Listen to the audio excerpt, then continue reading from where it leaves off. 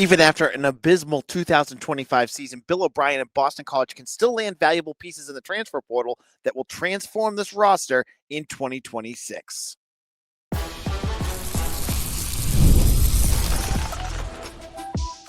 You are Locked On Boston College, your daily podcast on the Boston College Eagles. Part of the Locked On Podcast Network, your team every day. Hello, everyone, and welcome. This is Locked On Boston College, your team every day. I'm your host, AJ Black of Eagle Insider, part of the 247 Network. I've been covering Boston College for over a decade. If you're looking for Boston College news, analysis, and details on your Eagles, you are in the right place. Locked On Boston College is a free daily Boston College podcast available on YouTube or wherever you get your podcast. Today's episode is brought to you by Game Time. Download the Game Time app, create an account, and use code LOCKEDONCollege for $20 off your first purchase. Now, on today's show, we have a lot to talk about. We're going to talk about the transfer portal. We're going to look at the offense and the defense and 5 players from each unit I think BC needs to retain for the 2026 season. I'll tell you my top 5. Additionally, why this upcoming transfer portal class can be still good for BC in 2026. I will explain why and what precedent I'm going to be talking about in just a moment. So let's kick it off. As I said on my website, next week is Syracuse week. And the week after that, everything is going to go into chaos. And I'm not going to be, naive to say that it's not going to change for BC. But you're going to be seeing coaching changes. You're going to be seeing transfer portal. You're going to be seeing recruiting news. So preparing for that moment, we're in a bye week. This is the perfect time to talk about it because otherwise we're going to get slammed with conversations about all the different guys in and out for BC. I want to get into it now. BC is going to need to build depth for the 2026 season. This was a huge issue for BC this year. They had an unprecedented amount of injuries that really hurt them, especially on the defensive side of the ball. But they also lacked depth throughout their roster to handle injuries. Now, I'm not saying any team could handle the amount of injuries that they had. But that being said, if they hit in the portal better than they did last year, they might have been in a little bit better shape. You go back and look at what they got in the portal last year. You saw a lot of developmental guys like Chuck Nadeau and Chris Marable and, Makai Byerson, Jason Hewlett. Other than maybe, Marable, that most of them had played only, a handful of snaps here and there. They need more guys that can play. And so that's going to be something critical. Now, one of the big things going into this class is they're going to need to build up depth all over the roster. And I know a lot of folks are going to be hearing this episode and going, AJ, how are they going to do that? This is NIL. This is Boston College. They can't do that. And I say baloney because BC has done this before. They've also done it after a bad season. Go back to the last really bad year when BC went 3-9 under Jeff Hafley in 2022. The year before, BC grabbed a transfer portal class that had like 5 guys, and I don't think any of them ended up being anything. And it ended up biting BC, kind of like what just happened to Bill O'Brien. The next year, after everything bottomed out, what did BC do? They go out in the portal, and they go out and they kill it. I mean, if you look at who BC brought in that class, you would say, wow, that happened after a terrible season. And yes, they brought in Kai Robichaux, Logan Taylor, George Rooks, Ryan O'Keefe, Kari Johnson, Kyle Hergel, Thomas Castellanos, Victor Nelson. All of these guys played a variety of roles on this roster. Nelson was more of a special teamer, but everyone else I just named was a multi-year starter. They were able to do that after. Look, BC has things against them. Being a team that has lost quite a bit of football, that doesn't help. But it isn't the end of the world. This isn't going to cycle into something that they can't get out of because it just doesn't work that way. Depending on the way your season ends, you just sell it a different way to transfers. That's all you have to do. You will have, hopefully, a full rev share next year. We haven't heard from Blake James on that, but that's the buzz, right? That's a big deal. You will also be able to sell the ability to play immediately. That should get you better players. You don't need to bring in developmental guys, and they shouldn't be, because they need guys that can play in 2026. And that is a selling point for many in the portal. Think about that for just a second. Some people go into the portal for money, and many of those guys are guys BC is never going to get anyways. But many of them also go because they're not seeing the field. They're buried on the depth chart, and many of them are bigger schools that are buried on the depth chart. BC can offer them the chance at almost every position on this roster to play immediately, minus the quarterback, which I think they're going to be okay with. And I would honestly, with the needs they have, I wouldn't touch that with a 10-foot pole this offseason. Every other position, offensive line, defensive line, linebacker, secondary, wide receiver. I mean, you name it, they could use a piece there or here or there, and they can offer the ability to play day one if they can. That is a selling point for many recruits. So I don't buy that this is going to be a transfer portal where BC is going to be completely unable to get guys in here. They're going to be able to do that. I think the staff is already, I mean, the portal hasn't even opened yet.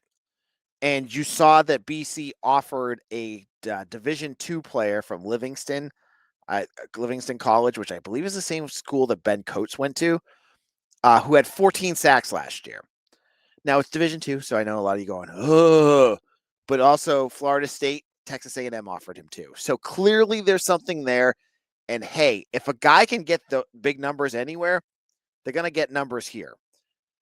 Might be someone to look at, but that's only the first offer they've made. They're going to be busy. This staff is going to be busy in the portal.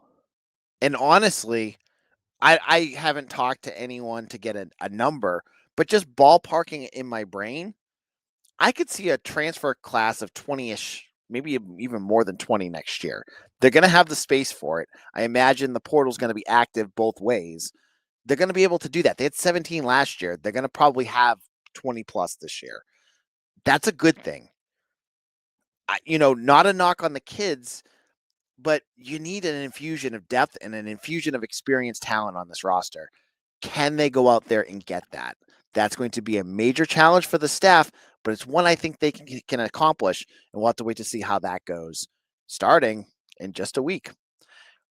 In just a moment. Speaking of portal, who are 5 offensive players I looked at and said these are 5 that they have to protect at BC at all costs? We'll get into that in just a moment.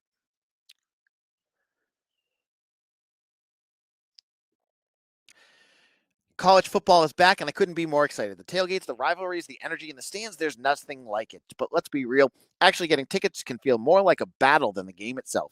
Endless queues, hidden fees, prices jumping at checkpoint. That's why I use Game Time, the app that gives the advantage back to the fans. It's the easiest way to score last-minute tickets at the best prices with no surprise fees. What you see is what you pay. I used Game Time earlier this year to get my family tickets to the UConn game. Yeah, I know. But they had 9 of them there. We're able to get tickets pretty quickly before the game at a great price with fees already included. So I had no surprises, and they were instantly delivered to my phone. I had it before the game. I was ready to go for my family. It was so easy, and I would recommend it for anyone. So take the guesswork out of buying college football tickets with Game Time. Download the Game Time app, create an account, and use code LOCKEDONCollege for $20 off your first purchase. Terms apply. Again, that's promo code LOCKEDONCOLLEGE for $20 off. Swipe, tap, ticket, go download Game Time today.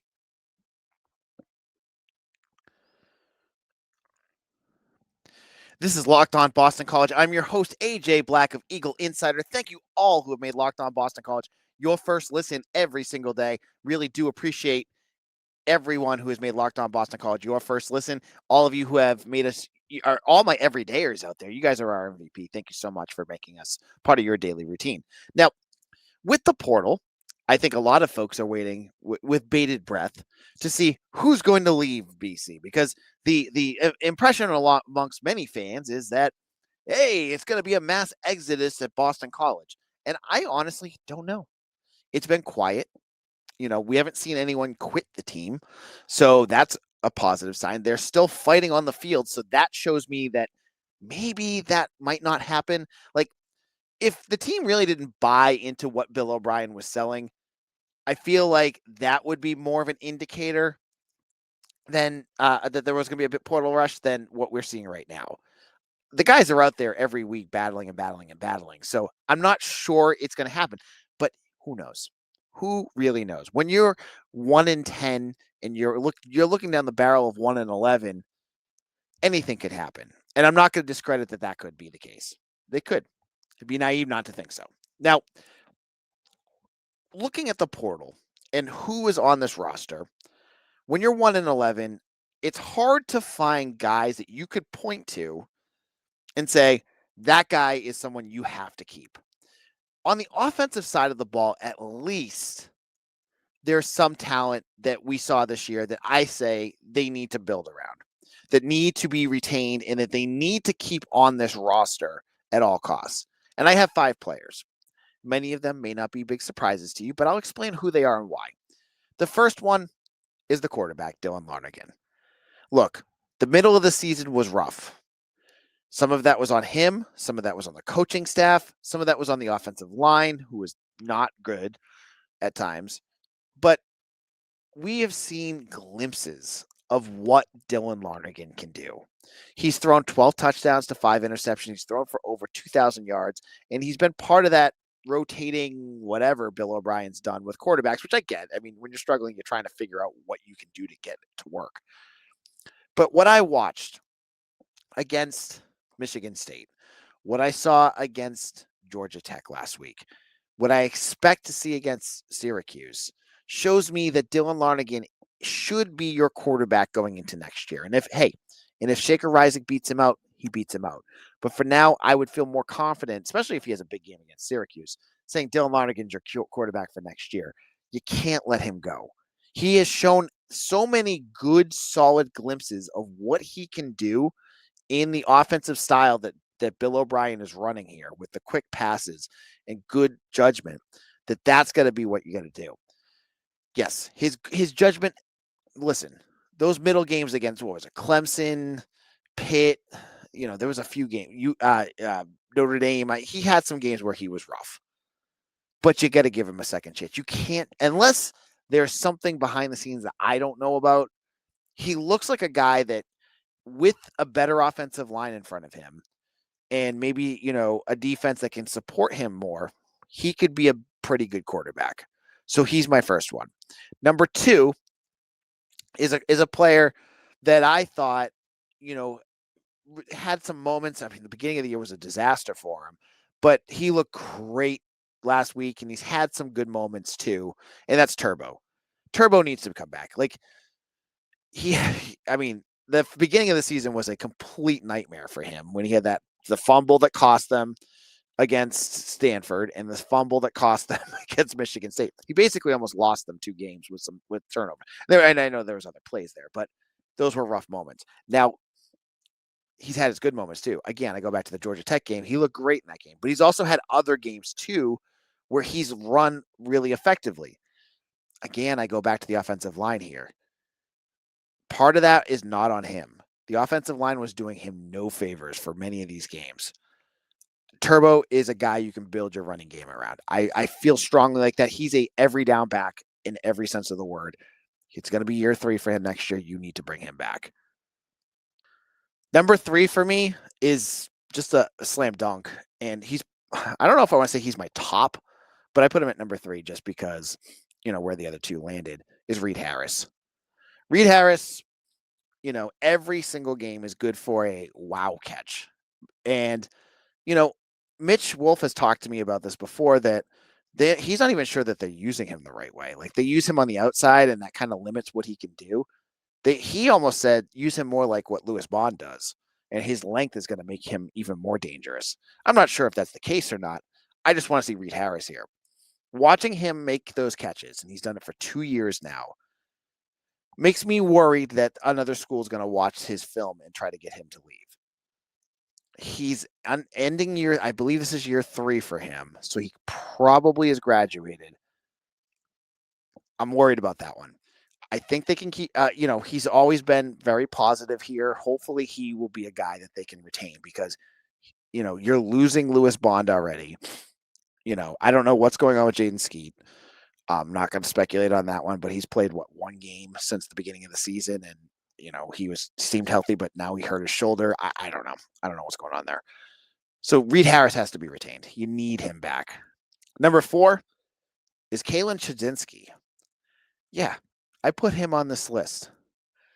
Now, Kaelan Chudzinski has been one of the most fascinating stories, I have to say, in this entire season because he showed it in the spring. He definitely showed it that he had something in there. I just was very surprised that, you brought in 4 tight ends. Now, one of them, Bryce Lewis, moved to the defensive end, but you now have Chudzinski not only beating out all those guys, but also beating out Ty Lockwood for snaps. And he looks like it. He looks like your future tight end. Like, he's only a true freshman, and he's out there making big guy catches. And he's got a good connection with Dylan Lonergan. Like, you got to get him back. And I don't think he's going anywhere. His dad's on the staff. So, like, it's not a big deal. But, like, when it comes to all of this, I got to say Kaelan Chudzinski is one that you got to make sure is back on your roster. Now, number 5, before I get to this, I did not put a single offensive lineman on this list.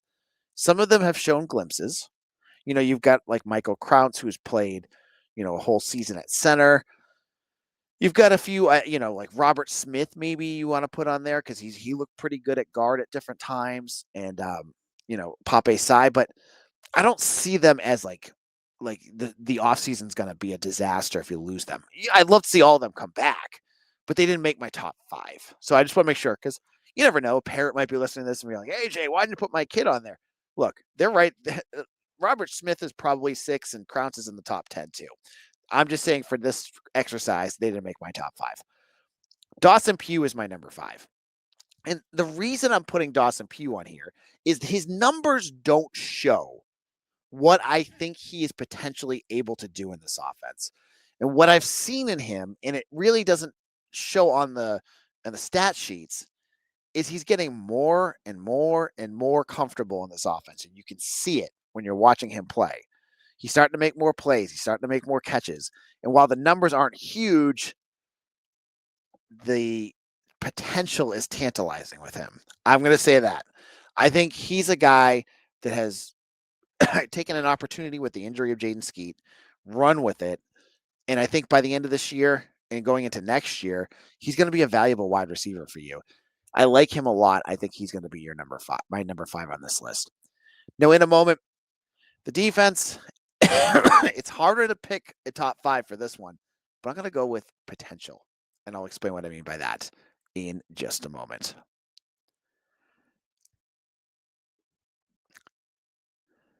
The NBA is back, and there's no better place to get in on the action than FanDuel, the official sports betting partner of the NBA.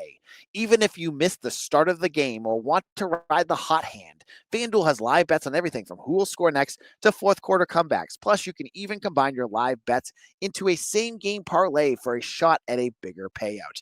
I love using FanDuel for college football and the NFL as well. On Thursday night, I love to put together a 3 or 4-way parlay.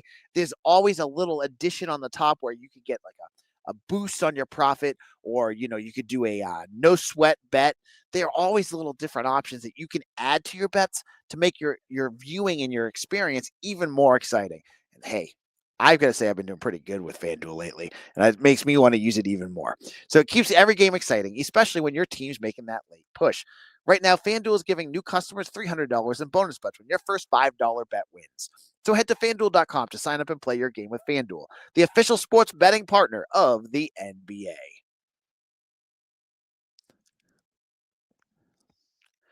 This is Locked On Boston College. I am your host, AJ Black of Eagle Insider. Thank you so much for everyone who has become an everydayer here, who listens to Locked On Boston College every day. It's 20 minutes. You can do it at the gym. You can do it while you're doing dishes, walking your dog, whatever the case may be. I'll give you all your BC news that you need to know here on Locked On BC. So make sure you hit that like and subscribe on YouTube or wherever you get your podcast. Now, the defense.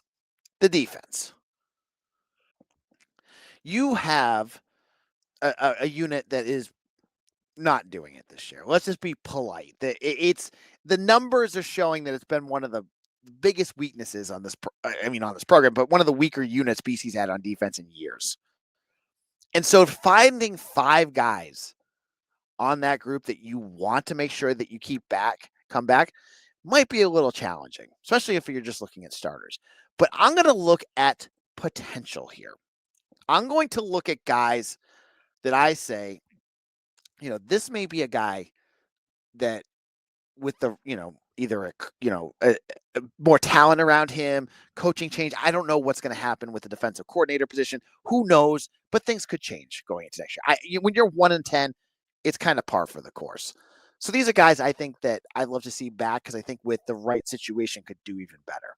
Number 1 is Omar Thornton.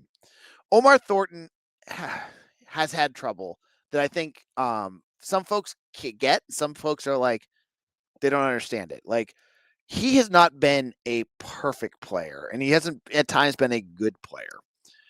When BC was really going through some of those like really bad games, Thornton was always at the top at missed tackles because he was constantly going to blow up plays instead of just wrapping up guys.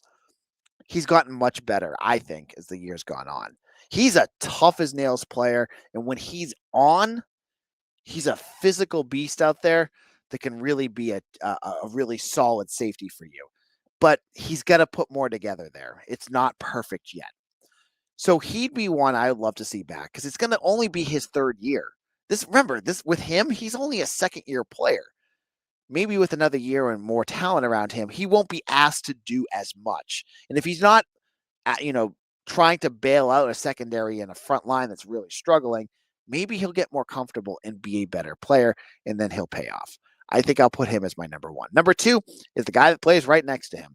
Another one that, he's obviously done a ton this year. Just the way this defense has worked, he has not had those moments you just expected him to. Because frankly, no one on this defense has had those moments, and that's KP Price. KP Price, going into the season, we talked about him being an MVP and all ACC type player. He hasn't had that type of season. But again, he has not had much around him. Looking at the injuries, looking at, the fact that he had to play linebacker at one point, like it's been rough. And not all those factors have to do with him. Some of them do.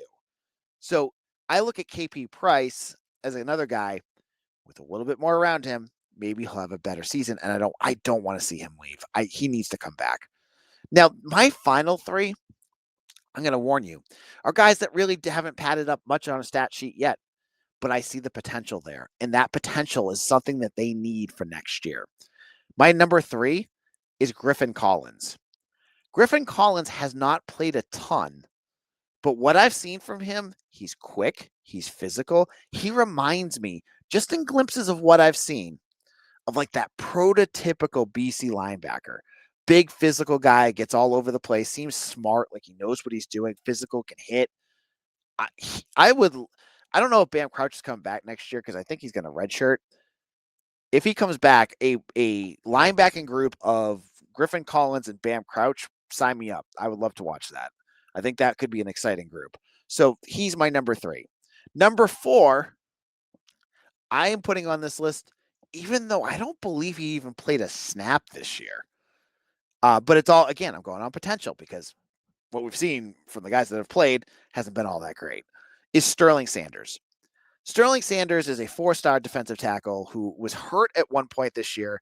Haven't seen him play much at all, but I want to see him play more. I think he is incredibly valuable. I think he's got a guy that once he gets, his feet and health together, could be a really valuable defensive tackle. I could have put Micah Ahmedi there too, because I think he showed glimpses this year of things I didn't expect out of him, but he got hurt too. So it could be either one there, but I'm going to go with Sterling Sanders on this one. And number 5, another guy that got hurt, Syair Torrence. Now, if you heard my summer camp talk, you would have heard me say that Syair Torrence was the MVP at camp. So what happens? He goes out and gets hurt in like the second game of the season, and we don't see him again. He was a huge loss for this roster. He and Amari Jackson. You lost your 2 starting cornerbacks. We didn't even get a chance to see what Torrence could do. I think, he had one pass breakup against Fordham, but really, he was out pretty quick. He had a couple penalties, I believe, against Michigan State, and that was it. You need him back, and you need him to play. Like, he is going to be a really good cornerback, I think. And one I don't want to see enter the portal. So hopefully those are the 5 I'd love to see. There's other guys that maybe we haven't seen play yet. I don't want to poo-poo a guy like Zachary Thomas or one of the wide cornerbacks that we just haven't seen a lot, like maybe like Ashton Cunningham or something like that, Marcus Upton. But those are 5 that I looked at and said, wow. And also, I should also put an honorable mention, Andy Quinn. I don't think he's going to go anywhere because I think, he's not a kind of guy that's going to be shopping around. But with Seamus Florio leaving, Andy Quinn's going to be the man next year. You'd like to have your punter stay, so hopefully that'll be the case too. Thank you all for listening. My name's AJ Black. Follow me on Twitter at AJBlack247. You can check me out on Threads, Instagram, Blue Sky, Twitter, Facebook, and TikTok. Check me out on all of those apps. And check me out on Eagle Insiders, where I do all my writing. I hope to see you all again soon for another episode of Locked On Boston College, your team every day.